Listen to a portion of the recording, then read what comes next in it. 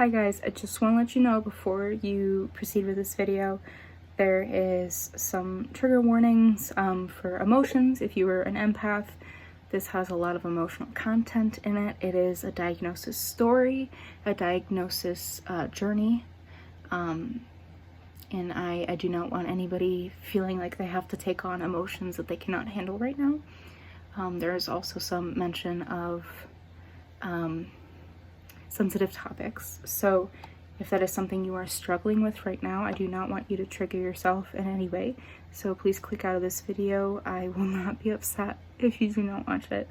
If you do want to watch it at a later time, save it for later and watch it at a different time when you do feel more secure. Okay, on with the video.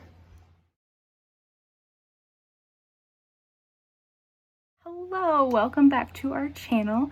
This is Lex and the Lex Luthor System.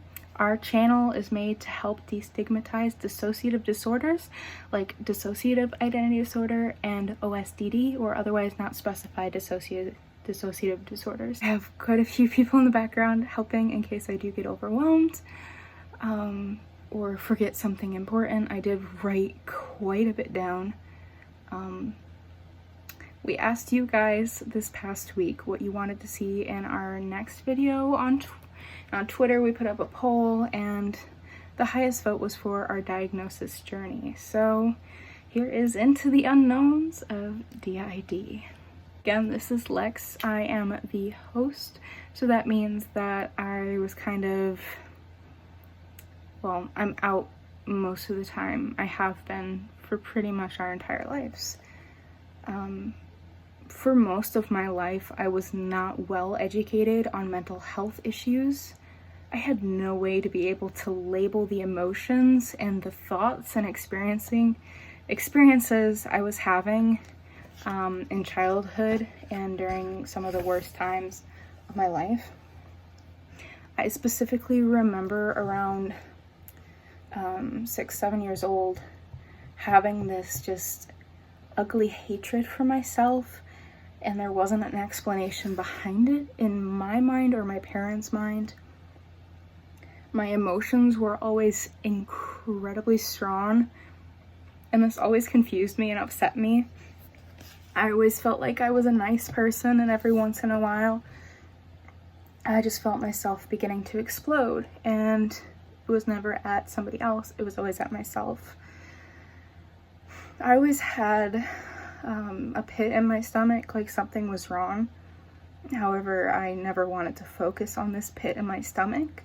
Rather, I kind of became an extreme people pleaser, rescuer.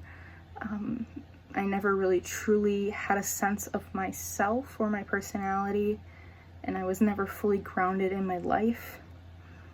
And really, most of my childhood, all the way through high school, is just a blurry mess in my mind. And a lot of the moments I did remember or do remember now more in detail were because of home videos that we had taken, or because of my sister, who has this like photo perfect memory, would detail all of our adventures that we had that I did not remember. I kind of coasted through school without a clue about who I was or what my experiences were. Sorry. My junior year of high school, weird things started happening with teachers and my friends around me, and these things that were being told to me made no sense to me at the time. One teacher had started to yell at me the second I walked into the classroom. The bell had not rung yet. No other students were in the classroom. He proceeded to call me a selfish brat, among other things, and I was surprised and very confused. This was a teacher that I adored and treated with the utmost respect, as I did all of my teachers.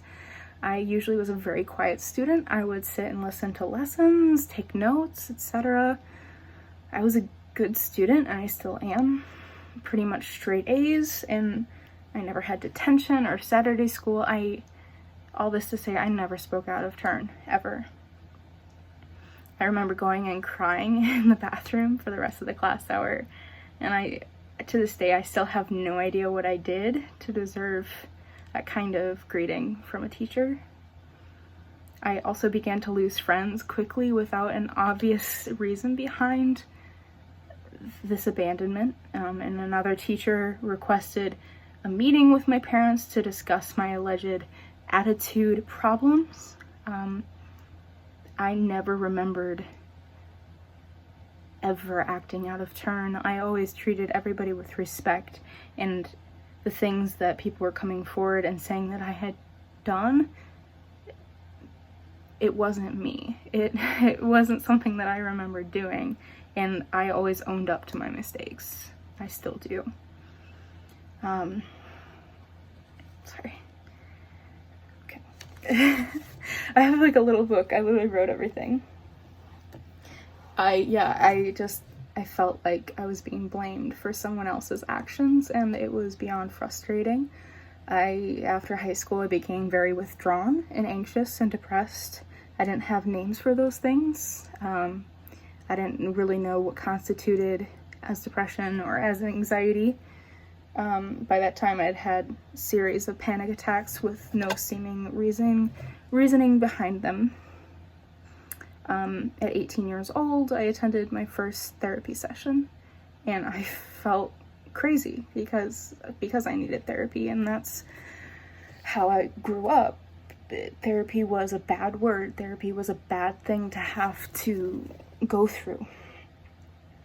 I never knew what to say during sessions. I would just blank out, and I didn't feel like I belonged there. I didn't feel like I needed to talk about anything, but I obviously did. It was also hard because I had always been the person to help others, and I did not want somebody helping me. I did not want to think that something was wrong with me. Freshman year of college hit, and the literal shit hit the fan. I tried to take more than a full course load. I think I took at least 20 credits, if not, I think it was about 21 credits. Both semesters. In second semester, I was dealing with so many negative thoughts constantly running through my head, and honestly, I think this overwork technique was to try to numb out any of those thoughts popping in my head. That second semester, I ended up hospitalized for the first time. The college I had chosen was 8 hours away from my hometown, so I was scared and confused when I was being taken out of my dorm room by police officers in the middle of the night. I had apparently called the suicide hotline, and I don't remember doing that. I don't remember calling, but I obviously had. They had my address, they knew my name, and it was an awful experience. The next year, I moved back home and began to commute to a community college in the area, and I began noticing larger chunks of time going missing during days, weeks, months, and I began discovering journals with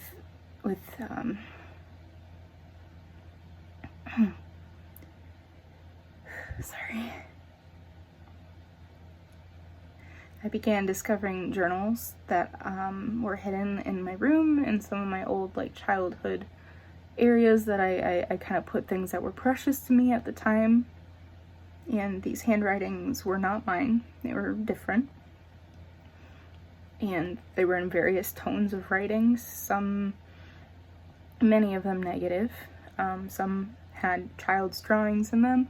And at the time, I just assumed they were very old and from when I was very young, but I, of course, did not remember drawing them. People in my life also began pointing out my emotions shifting very quickly on occasion throughout the day. And I didn't remember these moments that they would tell me about. I would get all of a sudden withdrawn and kind of run out somewhere and cry and come back and be completely fine. And I don't remember... I don't remember doing that. It really got to its worst when I was losing time pretty consistently. I was trying to take tests that I did not remember studying the material for. I began hearing this voice in my head, and this is when I felt like I had absolutely lost it. It was a girl's voice, but it was not mine. It was distinctly different from my inner like thought voice. She was negative, but this voice never commanded me to do anything to myself. She was negative, but only to herself and not against me in any way. I have so many notes. At this time, it was February 2016, and I was hospitalized yet again at a hospital in the area, and at this point I truly believed I was losing it. I thought I had psychosis or schizophrenia, even though I did not have any classical telltale signs, but I didn't have the knowledge about mental health to be able to diagnose myself in any way. I had no resources before this time to be able to help me figure out what was going on with me, and nobody else in my life did either. Ironically, I was put in the trauma program, which felt strange to me at the time.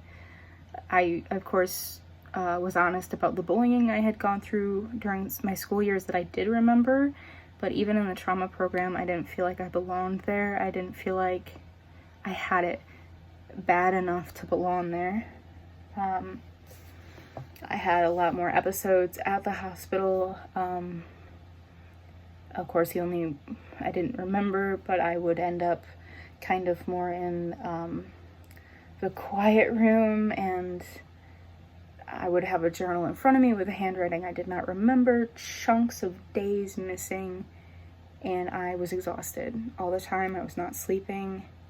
And then it was at this time they set me up with an appointment at the hospital to talk to this trauma specialist that he came and visited every once in a while. He had founded this trauma program at the hospital, and I was honestly so confused why I was talking to a trauma specialist. I didn't feel like I had been through anything significant enough to have to talk to a trauma specialist, and boy was I wrong. I remember beginning the conversation with the specialist. Maybe I talked to him for about 5 minutes, and I was struggling to find words. I was struggling to stay in the moment, and I just felt myself zoning out, and I had a huge loss of time, probably about 30 minutes. Next thing I remembered, I was kind of opening my eyes. I was exhausted, and there was a clock behind this guy, and I could tell the time, and it definitely time had passed. Oh my god, this gives me and he asked me, "Do you know who I was just talking to?" And I was like confused, and I was like, "No, obviously not me. I don't remember the past 30 minutes. What'd you do to me?" I was like, maybe they gave me meds and I didn't remember. But he said something that just shook my reality, and he said, "Oh, I was talking to Stacy." Yeah, I was like, wait, I'm the patient, right? I was so confused. And I literally asked him, jokingly, "Oh, Jekyll and Hyde." And I was just joking. I just thought it was just a whole hoax, whatever. And I did not expect him to say, "Yeah, kind of." He then began explaining this disorder called dissociative identity disorder. I had never heard of it. I had heard of multiple personality disorder just from media.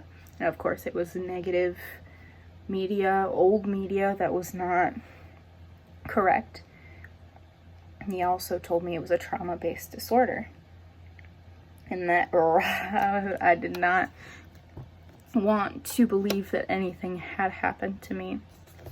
But I couldn't ignore that pit that I had on my stomach, since I could remember that something was wrong. And I kind of vaguely remember him asking me some more questions, trying to figure out what had happened. what had happened to me, but I was in and out for the rest of the conversation. I was not grounded. I know that I probably had protectors and alters that were trying to protect me from whatever they did not want me to know. I then searched for, I began searching for therapists in the area that were specialized in DID, which was a lot of work, I'm gonna tell you. And I began working with my current therapist that I have now in March of 2016. He's awesome. He gave me space and time to kind of get used to the idea of having DID, and he definitely was my main source of education, because I had no idea. There was not a lot on social media about it. The only person at the time that was really talking about it accurately was Jess and Multiplicity&Me. It was even before YouTube days. I think I ran into an interview that she had done on some news station, and I ended up following her on Tumblr back in the Tumblr days. And I began to feel a little bit less alone, but it wasn't, there wasn't a community. It wasn't a thing. During this time, I began trying to form relationships with these headmates, these alters that apparently had known me their entire lives, and I did not remember them, and I needed to build relationships with them. And once I did, and I gained trust, and my therapist gained trust, I began noticing the flashbacks and remembering all of these detailed memories of abuse that had happened to me and that were carried by these headmates for so many years. It broke my heart. So many of these alters were just little kids, and it was a snapshot of my childhood, and it broke my world. I was still in contact with my abusers at that time, and it was difficult. I had to cut contact, but everything began to make sense. All of these emotions, everything began to piece together. But of course, it's just the beginning of a journey. It's hard to say that I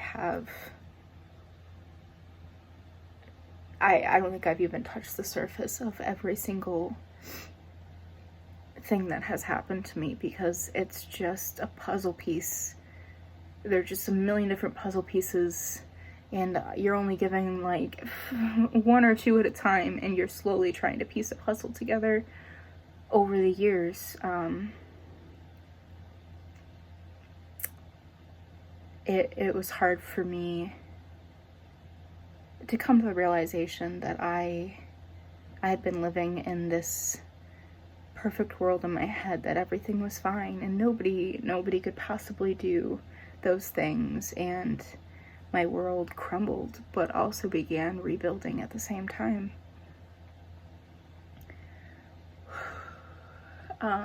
Did not know that was going to be so hard. I guess I did, but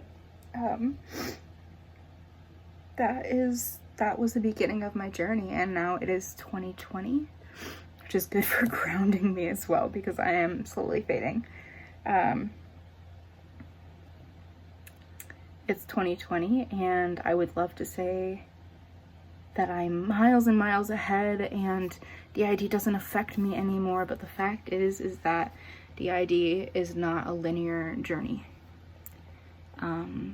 It's a journey that's unknown. It's a journey full of twists and turns. It's a horror novel slowly revealing its plot as you're just trying to live life, and you can't prepare for when a jump scare comes, you know?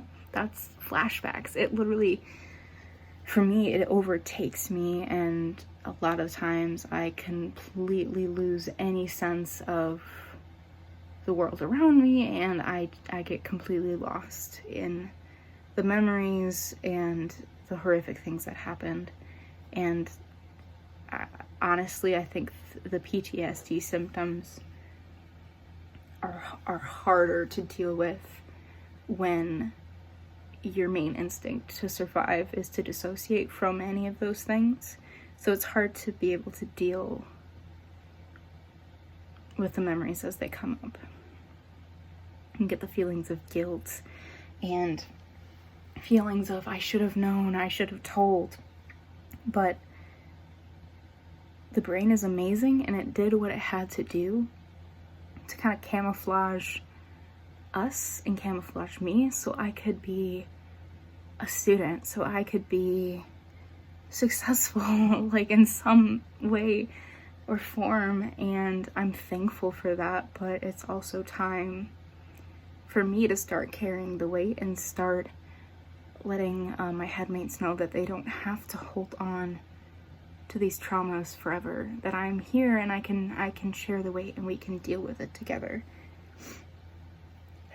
So I don't know how to end this video, but that is the beginning of my DID story, my journey, and everybody's story is different.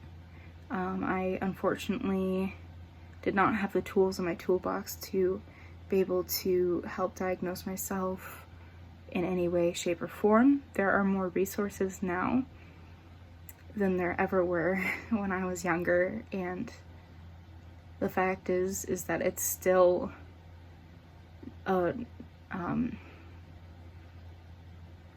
the idea is not studied, and it hasn't been studied enough for us to know every aspect of the disorder. So it's important to be kind to others if they do open up and tell you that they have this diagnosis or they feel like they do. My advice is, if you notice any of these symptoms with your friends, family members, or with yourself, to seek help. I think I so often tried to look perfect that it kind of harmed my chances of dealing with this earlier than I did. But I still was able to get a diagnosis really early on, and I'm very thankful for that. I'm so sorry, this was an emotional video. I was not prepared for that. But if you guys have any questions, let me know. As always, make sure to be kind. Always. We love you.